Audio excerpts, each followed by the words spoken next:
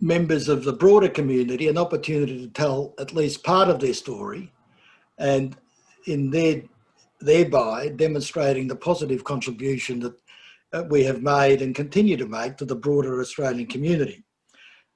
We hope to present a multi-generational perspective, and if any person that's watching or will watch this program is interested in participating in the program or knows of someone who may be interested, please contact us via the webpage or email, and we will do our best to accommodate you. Our guest tonight is Carlo Staropoli, a chef. Carlo was born in Calabria, but is presently living and working in Australia, and he is currently the head chef at the Curzon in Curzon Hall in Sydney, and prior to that he had been the sous chef at Outlands House in Sydney. As well as that, he is part of the executive of the Federazione Italiana Cuochi Australia Association. He's the sole ambassador in Australia of the Accademia Internazionale della Dieta Mediterranea. He's a member of the Australian Culinary Federation. He's a member of the Associazione Professionale Cuochi Calabresi, and he has collaborated on a number of culinary educational programs with Barilla, SBS Radio and Le Cinque Stagioni, and of course he's also a member of the Australian Calabrese Cultural Association. As you can see, welcome Carlo, and thank you for agreeing to participate in the program. Thanks Vincent, grazie a tutti coloro che ci seguiranno oggi, che prenderanno questo video come un'opportunità di iniziare a parlare dell'essere calabrese in Australia, non solo diciamo la vecchia guardia from people that came long times ago here, but even the new generation like me and the other people that come now in from Calabria to here. Thank you. Just want to say, you were obviously born in Calabria. Whereabouts? Yes. I was born in Gioia Tauro. Ah, the port. In Gioia Tauro, but I spent sono cresciuto nella provincia di Vibo, un piccolo paesino che si chiama Limbadi, molto conosciuto per il vecchio amaro del capo. Ah, excellent. Yeah. Do your parents live in Calabria still, or? Yeah, my parents still live in Calabria. I got two sisters that still live in Calabria. They choose to invest and stay in Calabria. And do they still live in the same town that you mentioned, where you were brought up? Not the same town, not exactly same town, but not far away. Yeah. My family, my parents, yes. My sister moved a little bit. Yeah. Where do your sisters live? There are really small town in Provincia di Vibo. Ah, okay. What's the name of it? Because I know the Vibo province. One is Zaccanopoli, really small town. Stefanacoli? Zaccanopoli. Oh, okay. And the other one? Yeah. And the other one stay for the moment is in Limbadi. Okay. Like with next to my parents. Yeah, I've got cousins who live in Villalonga, which is also in the province of Vibo. So there you go. Yeah. Are your parents retired, or are they working? No, my father retired. My mother, she's a teacher. Right. She still work. Now they just restart the school in Italy with all the new rules for the COVID. I don't know if you follow about all the new, like the kids, they have to check temperature at home before they bring there, and all the new rules, like the individual desk for each kids, all these things for the COVID. Okay. All right. And you mentioned two sisters. You don't have any brothers, only the two sisters, is it? Yeah, I have only two sisters. Yeah. Okay. And neither of them, I take it, are in the hospitality industry like you. Sorry. Neither of your sisters are in the hospitality industry. No, they No. are not. But They are not. They are, one is a lawyer, one is psychologo, right. psychologist. Yeah. What made you go into the hospitality? What made you want to become a chef? Long story, really long story. Yeah. When I was already in high school, just for passion, just to be independent, you know, I want to start to like little job to do something the weekend, and I start to work in the kitchen when I was like roughly 14. And I keep going year by year, sometimes all the weekends, sometimes in the summertime, you know, that just to make a little bit of money to be independent from the family. Until when I was at university, I was studying IT engineering. And one day I realized that my passion is in the kitchen, not just in front of a computer. And that's why I decided to stop my study in IT engineering to spend like full time in the kitchen. And from there, I start to have my diploma in culinary. And after that, I keep working in the kitchen for many years. Now it's almost more than 20 years I'm in the kitchen roughly. Where did you study in Italy? I studied in Cosenza. I took my diploma in Cosenza. And yeah, really nice city from Calabria. Yeah. I lived there about 7 years. I love to stay there. Actually, I miss a little bit. It's a nice city, yeah. And you obviously... Actually, we met there last year. We met there last year, that's correct. Yeah. At the it conference. was September last year, yeah. And you obviously worked in Italy. Whereabouts did you work in Italy once you qualified as a chef?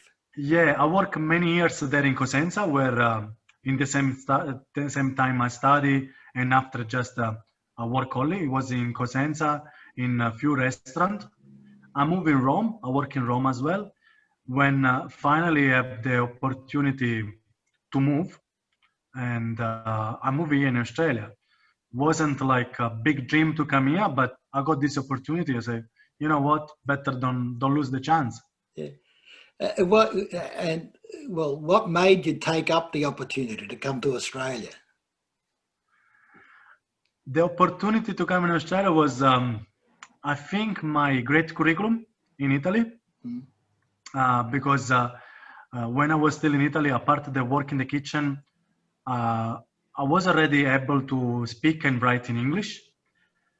And when I decide, because I follow my friends to come in Australia, when I decided to come here, I just send one resume at that time, and it's the company that I'm still working now. It's after 8 years, right. I'm still working with this company, and yeah, they give me the opportunity to come in Australia. But I think the great things was because I have a really strong resume for that time, even if I was quite young, and I was able to speak English. I will not say really well, but able to communicate. Yeah, you speak very well.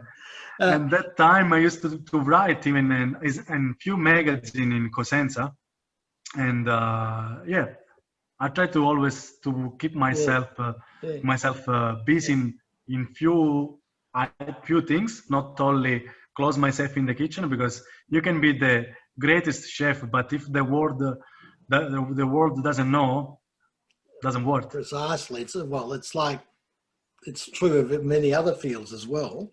And I understand you've become an Australian citizen.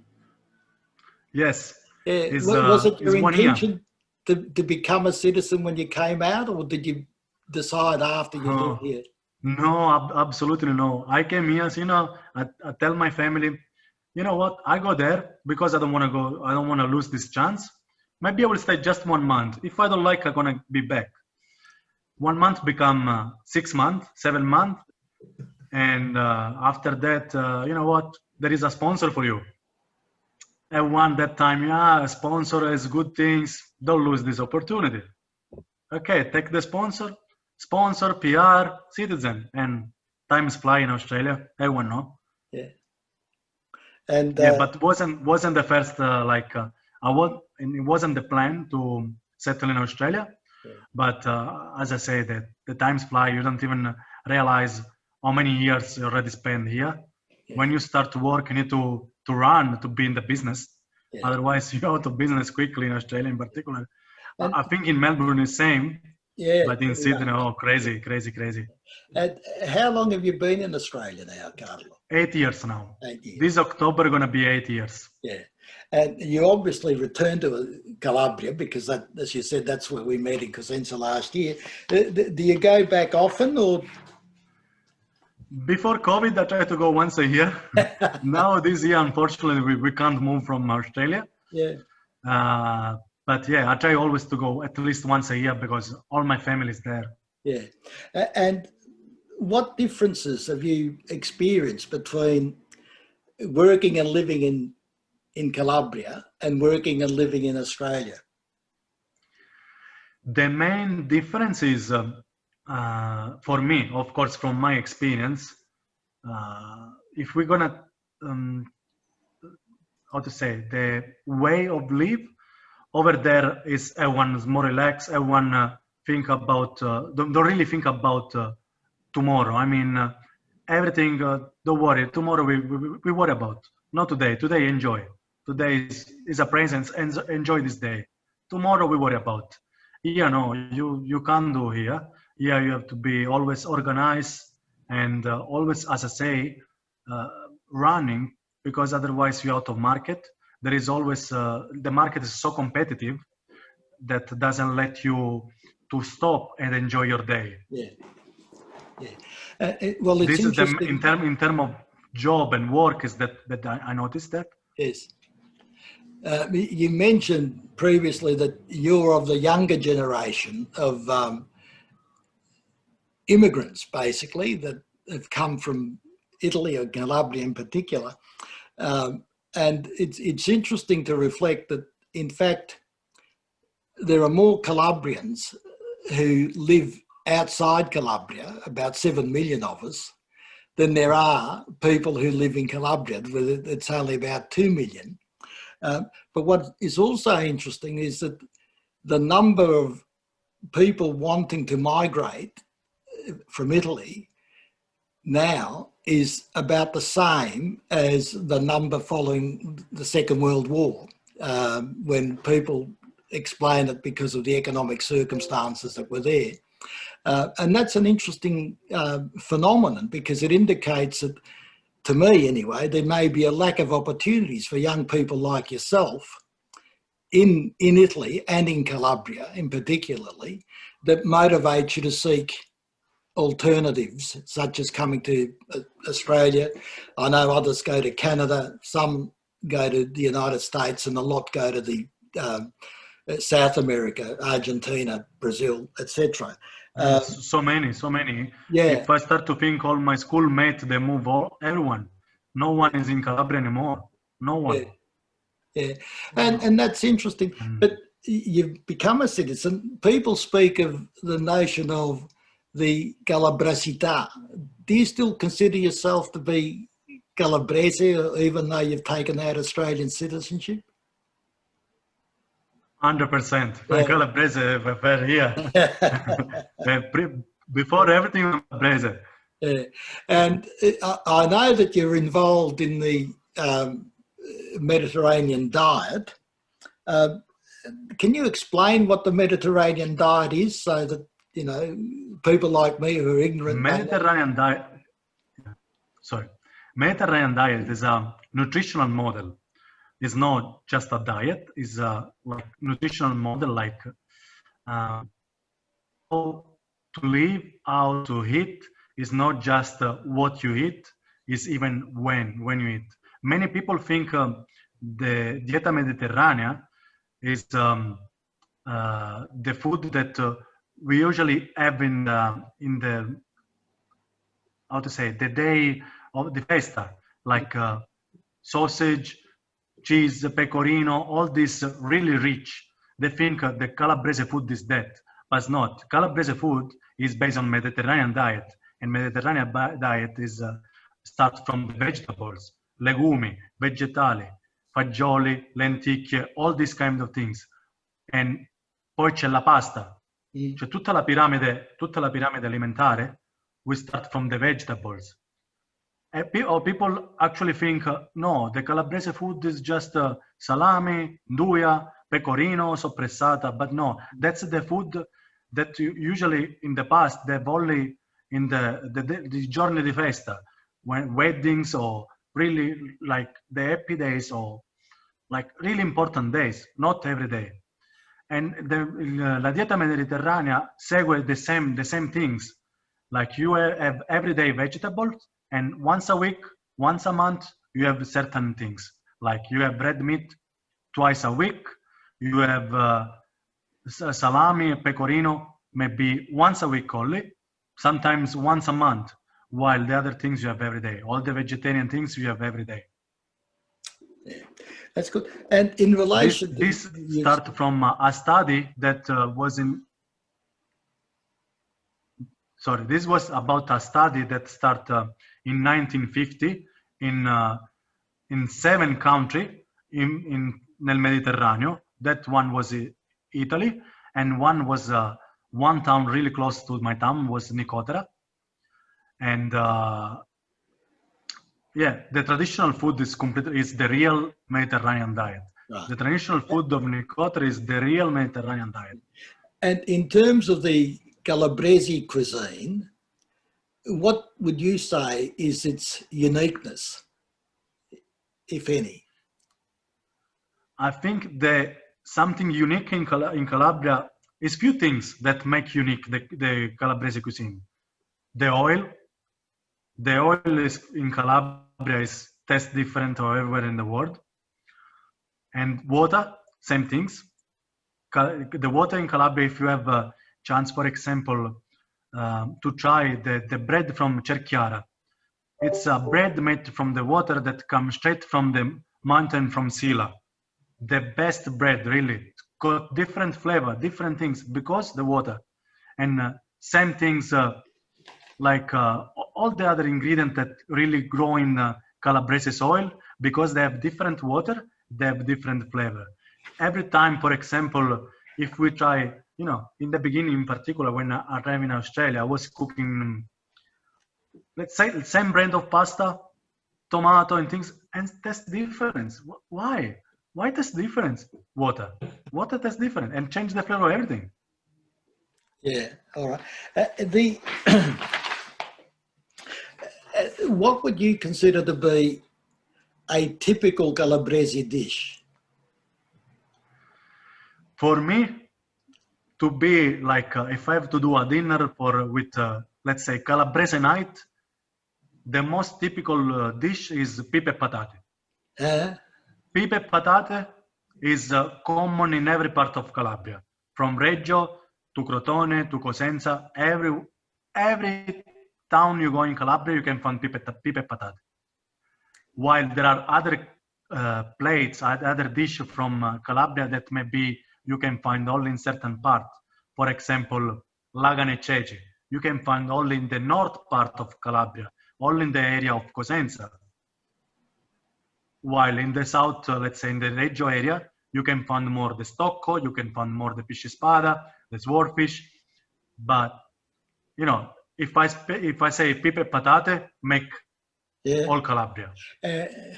What about, bacala? Is that is that a typical Calabrese dish or not? Yeah, più che altro pesce stocco, in particolare the zona di Reggio Calabria, la zona di Mammola, molto famosa per il pesce stocco, gioiosa, pesce stocco più buono della Calabria. Yeah, and it's also interesting to note that Italy is now receiving immigrants from other countries as well. And that's one of the ironies, that you know, Italians are leaving and others are coming into Italy. And in fact, last year, before going to Cosenza, I was in Lamezia, and I was surprised to find that there was a Chinese restaurant in Lamezia, which obviously evidences the presence of Chinese. And what I think is an interesting question is what the effect of the influx of these other persons may have or has had on the cuisine. And we often hear the word fusion in terms of cuisine. And I understand that to mean that there's a combination of different cuisines to produce a new and different dishes. What do you think might be the influence of these, let's say, Chinese and Africans who are coming into Italy? Do you think that'll affect the traditional cuisine in the regions and in Italy altogether? Okay, I don't think for the moment they have intact to any traditional Calabrese plates, any traditional Calabrese dish. But what I notice, at least in the few years that I'm going up and down from Australia to Calabria, I notice that more often we can see like kebab or even other particular food like from South America. We got some Brazilian. We got like the market offer in terms of food is not stay only with the traditional Calabrese food, but start to open to the world. Like you say, you can find the Chinese restaurant now. You can find Japanese restaurant in Calabria. Now, I don't really know how many people go there because I know Calabrese really love pasta e fagioli a casa. But, you know, they're still open. I can see young generation start to, because desire to try new things, and they go there and try. And I remember when I was living in Cosenza, was even a place where they do kangaroo meat. And you can find like kangaroo or Wagyu beef, like typical things from Australia. And of course, maybe the first 6 months, everyone go there and try. But after 6 months, you know what? I prefer pasta. Yeah. Well, it'll be interesting to see, because I do know, for example, that music has been affected by the influx of people into Italy, and especially in the genre of rap music, where I think there's been now a very strong Arabic influence in rap music, and some of the best rappers in Italy are now from an Arabic background. But have you tried to fuse a typical Calabrian dish with some other elements to create something new? I did with typical Australian food, most of the things. For example, I don't know if you ever try nduja and avocado. No, I haven't. Together. It's something really good. Make sure to try. In particular, if you use the shepherd avocado, that got a little bit nutty and smoky flavor compared to the other kind of avocado. And together with the nduja, best breakfast. For breakfast. Nduja for breakfast. It'll be good. And obviously, to cook typically Calabrese dishes, you need to have access to Calabrese products. Have you found any difficulty in sourcing Calabrese products in Australia? I would say it's not really hard to find the Calabrese product, and let's say the Calabrese product that are made in Australia, they're quite good and they're quite traditional. I mean, you can't really find a nduja made in Spillinga, but you can find a good nduja made in Australia, and I will not complain. It's good items. Same salami, same things. Yeah. And tell me, in nduja, I don't know the recipe, but I've been told that it's 70% fat and 30% chili pepper. Is that correct? There is a little bit meat as well. Well, that's why it's so explosive and so good. And look, I'm sure that not only the members of the Calabresi Cultural Association, but even non-members in the wider community would be interested in you giving a cooking demonstration of a typical Calabresi dish. Are you amenable to doing that? Yeah, why not? I want to do that, something like that. I would love to do it. Can we set a date now? Let's say the 30th of September. Sounds so good. Let's organize it. Okay. It's gonna be a surprise. I will not tell you now what we cook. And what time do you think would be a good time for you to give the demonstration? I will say just before dinner. In this way, so we can ready all to do eat. it together and eat. In this way, you know what? I'm ready to eat now. So what? About 6 o'clock, 6:30? But yeah, sounds good. 6:30. Yeah? Okay, that's good. All right. Well, look, I want to thank you, Carlo. I know you've got other things to do. I want to thank you very much for participating in the interview and being the original guinea pig, because you're the first of it, and we'll see how we go. And also, I want to say to the people out there, you're a member of the association, and you've agreed that you will try and grow the association in Sydney. So do you mind if people contact you if they're interested in joining the association and they live in Sydney? Yeah, 100%. All right. I'm available. All right. Well, thank you, Carlo, and thank you, the viewers. And the details of the cooking demonstration will be disseminated through the social media. And Carlo, will see you again on the 30th of September, when hopefully we'll be able to watch you cook this typical Calabresi dish. I take it you haven't decided on the dish yet, or have you? It will be a surprise. It will be a surprise. Let's. Well, it'll be a surprise.